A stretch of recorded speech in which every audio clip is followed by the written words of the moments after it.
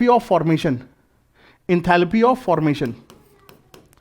बेटा अगर हम इंथैल्पी ऑफ फॉर्मेशन की बात करें तो मैंने क्या बताया था आपको रिकॉर्डेड लेक्चर में, क्या बताया था?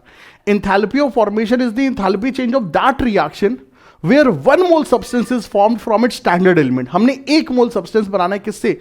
उसके स्टैंडर्ड एलिमेंट से। अब बेटा स्टैंडर्ड एलिमेंट हमको यहां पे क्या क्या दिए गए हैं? स्टैंडर्ड एलिमेंट दिए गए कार्बन के लिए ग्रेफाइट सॉलिड, कार्बन के लिए सर क्या दिया गया? कार्बन के लिए दिया गया सर ग्रेफाइट सॉलिड। हाइड्रोजन के लिए H2 gas, O2 gas, N2 gas. Sulphur के लिए राजा सल्फर, रोम्बिक सल्फर। और फॉस्फोरस के लिए सर भयानक white phosphorus. These are all the standard elements, और ये सभी स्टैंडर्ड एलिमेंट की इंथैल्पी ऑफ फॉर्मेशन क्या होगी? 0। डू रिमेंबर, इसको बेटा लिख लो, इन सभी स्टैंडर्ड एलिमेंट की इंथैल्पी ऑफ फॉर्मेशन क्या होगी सर? 0 होती है। ठीक है, कभी भी एडवांस मेंस के सवाल में इनकी इंथैल्पी ऑफ फॉर्मेशन आपको नहीं दिया जाता बिकॉज इट इज 0। ठीक है, तो इंथैल्पी ऑफ फॉर्मेशन क्या है? आपने 1 मोल प्रोडक्ट बनाना है किससे? इनसे। अब कई बच्चे कहते हैं सर ये रिएक्शन कौन सी है? बेटा रिएक्शन जाए तेल लेने, रिएक्शन होती नहीं होती तुम्हें उससे मतलब नहीं है, तुम्हें सिर्फ रिएक्शन लिखना है। जैसे कि अगर हमको एथेनॉल की इंथैल्पी ऑफ फॉर्मेशन की बात करनी है तो बेटा हमें 1 मोल एथेनॉल बनाना है किससे? स्टैंडर्ड एलिमेंट से। 2 ग्रेफाइट हमने लिए, 3 H2 गैस लिया और हाफ O2 लिया। अब क्या ये रिएक्शन रियलिटी में होती है? तेल लेने जाए, हमें उससे कोई मतलब नहीं, हमें सिर्फ और सिर्फ पेपर पे रिएक्शन लिखनी आनी चाहिए। और यही चीज मैं आपके साथ शुरू से बोल रहा हूं बेटा, बहुत फ्रैंक वर्ड्स में बोलता हूं, कई बार अच्छे बुरे सारे वर्ड्स का यूज करता हूं क्योंकि मुझे सिर्फ आपको सिखाने से मतलब है। ठीक है, तो इंथैल्पी ऑफ फॉर्मेशन क्या होता है सर? आपको बता दिया। अगली चीज बेटा enthalpy of combustion. Enthalpy of combustion में क्या होता है सर? हमको 1 मोल सब्सटेंस को बर्न करना है। हमने सर 1 मोल सब्सटेंस को बर्न करना है, 1 मोल सब्सटेंस को बर्न करना है इन enough oxygen into combustion product. Sir combustion product क्या होंगे? आपने सब्सटेंस लेना है, उसका बेटा क्या लेना है? आपने 1 मोल लेना है, उसको सर ऑक्सीजन में जला देना है, ऑक्सीजन जितनी लगेगी ले लेना। ठीक है, और जलाना किस में सर? CO2 बनेगा गैस। कई बच्चों को सर बचपन से मतलब ये 10 सालों से बेटा ये बच्चों का प्रॉब्लम है कि वो H2O को समझ नहीं पाते क्या लें। H2O लिक्विड बनाना है। H2O भले ही गैस होगा, रियलिटी में कंबशन में H2O स्टीम में बनता है, लेकिन H2O जो होता है बेटा रूम टेम्परेचर पे लिक्विड फॉर्म में डिफाइंड होता है, तो H2O लिक्विड लेंगे आप। सल्फर है तो SO2 गैस बना देना, नाइट्रोजन है NO2 गैस बना देना, और फॉस्फोरस अगर कंपाउंड में है तो P4O10 सॉलिड बना देना। बेटा इन सब चीजों को ध्यान रखना है। सल्फर नाइट्रोजन बहुत रेयर आते हैं, लेकिन अगर आएंगे तो भूलना मत बेटा, एडवांस में सर ने बताया हुआ है सर इन सब चीजों में उसको कन्वर्ट कर देना। ठीक है, ये चीजें। तो इंथैल्पी ऑफ कंबशन में क्या है सर? आपने 1 मोल सब्सटेंस को बर्न करना है into enough oxygen, excess oxygen into combustion product. और कंबशन प्रोडक्ट क्या होंगे सर? ये होंगे, बता दिया भाई मैंने पहले से आपको। इसके बाद आती है सर मेरी बहुत बहुत फेवरेट क्या? Enthalpy of atomization. Enthalpy of atomization के लिए मैं बच्चों को सर हमेशा एकदम ट्रेन करके जाता हूं और बच्चे एग्जाम के बाद कहते हैं सर आपने सही किया था, सर आपने बता दिया था, वेरी वेरी इंपॉर्टेंट। क्या होता है sir enthalpy of atomization? Enthalpy of atomization is the enthalpy change of that reaction. Enthalpy of atomization is the enthalpy change of that reaction where 1 mole substance is converted into क्या? Gaseous atom। आपने 1 mole substance को sir convert करना है किसमें? Gaseous atom में sir convert करना है। इस चीज की सर आपने ध्यान रखना है।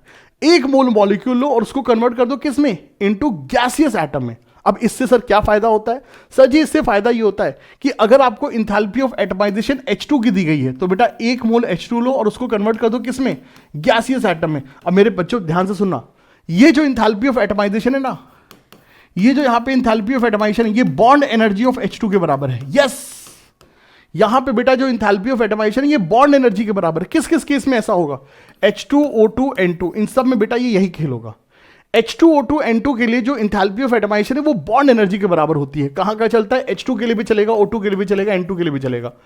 क्यों चलेगा? क्योंकि ये सब के सब गैस होते हैं, ये सब के सब सर गैस होते हैं। सर गैस तो और भी चीज होंगे, क्या वहां पर भी ऐसा हो सकता है? बेटा हमें देखना पड़ता है। जैसे कि अगर मान लीजिए हम Br2 को लेते हैं तो सर Br2 लिक्विड है, Br2 को अगर हम से गर्म करेंगे तो क्या होगा? पहले वो वेपराइज होगा और वेपराइज होने के बाद टूटेगा, तो वहां पे enthalpy of atomization vaporization plus bond energy के बराबर है। ठीक है, ओजोन के केस में चलेगा सर, ओजोन के केस में चलेगा, लेकिन एक बॉन्ड नहीं, सारे बॉन्ड की एनर्जी के सम के बराबर होगा, क्योंकि ओजोन में सर 3 मतलब ऑक्सीजन के सर 3 एटम है।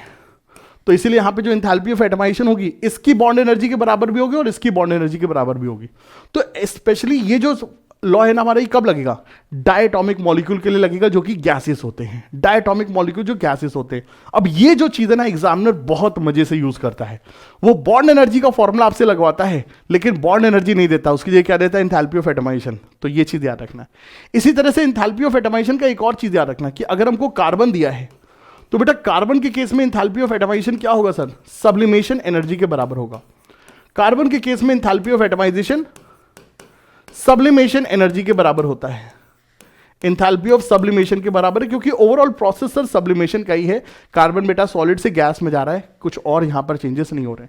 तो ये कुछ बेटा चीजें होती है जो एग्जामिनर को बहुत मजे से, बहुत चाव से अपने सर चीजों में सर वो यूज करता है। ठीक है, फॉर्मुलों की अगर हम बात करें तो बेटा एंथैल्पी थर्मोकेमिस्ट्री में क्या फॉर्मूले यूज होते हैं? बेटा मेनली दो फॉर्मूले यूज होते हैं कि डेल्टा एच रिएक्शन बराबर सर enthalpy of formation of product minus enthalpy of formation of reactant, and delta H reaction बराबर bond energy of reactant minus bond energy of product. और जैसा मैंने बेटा आपको पहले बताया था, फिर से बताऊंगा, बार बार बताता रहूंगा कि सर जी ये फॉर्मूला सिर्फ और सिर्फ गैसियस रिएक्शन के लिए ही वैलिड है। बॉन्ड एनर्जी का कंसेप्ट सिर्फ और सिर्फ बेटा गैसियस कंपोनेंट के लिए ही वैलिड होता है। बॉन्ड एनर्जी सॉलिड और अगर कोई भी लिक्विड कंपोनेंट आ गया तो ये फॉर्मूला आप नहीं लगा सकते हैं।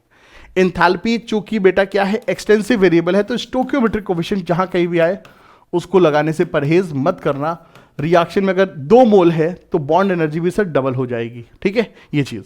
तो ये हमारा एक बहुत ही बेटा नटशेल में मैंने सर आपको देखिए थर्मोकेमिस्ट्री सर देखिए अभी आपको बता दिया है।